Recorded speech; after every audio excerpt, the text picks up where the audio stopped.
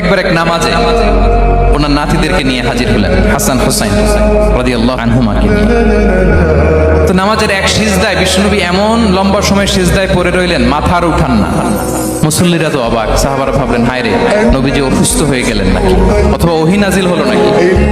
নামাজ শেষে সাহাবারা জিজ্ঞেস করলেন, ইয়া রাসূলুল্লাহ, আপনি কি অসুস্থ হয়েছেন নাকি ওহী নাজিল হচ্ছিল? এত লম্বা সিজদা দিতে তো কখন দেখি নাই। বিশ্বনবী বললেন, না না, কুল্লুন যালিকা লাম ইয়াকুন, কোনোটাই না, বরং ওয়ালাকিন্নাবনি ইরতাহালানি, আমার নানা ভাই হাসান হুসাইন সিজদারত অবস্থায় আমার পিঠের উপরে উঠে বসেছিল।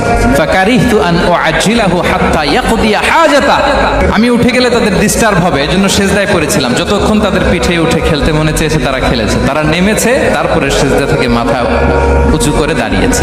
সুবহানাল্লাহ। তো আমরা কাঁধে নিয়ে খেলবো তো দূরের কথা, আমরা অনেকে বাচ্চাদেরকে মসজিদে দেখলেই রেগে যাই, আছে না নাই?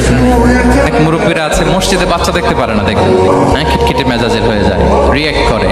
আলহামদুলিল্লাহ গত অনেক বছর ধরে বাংলাদেশে এটা নিয়ে আমরা কন্টিনিউয়াসলি বলেছি যে না, শিশুদেরকে আপনারা মসজিদে আসলে ধমক দিবেন না, ভুল করলে, আওয়াজ করলে, চিৎকার করলেও তাদেরকে বকা দেওয়া যাবে? বলেন।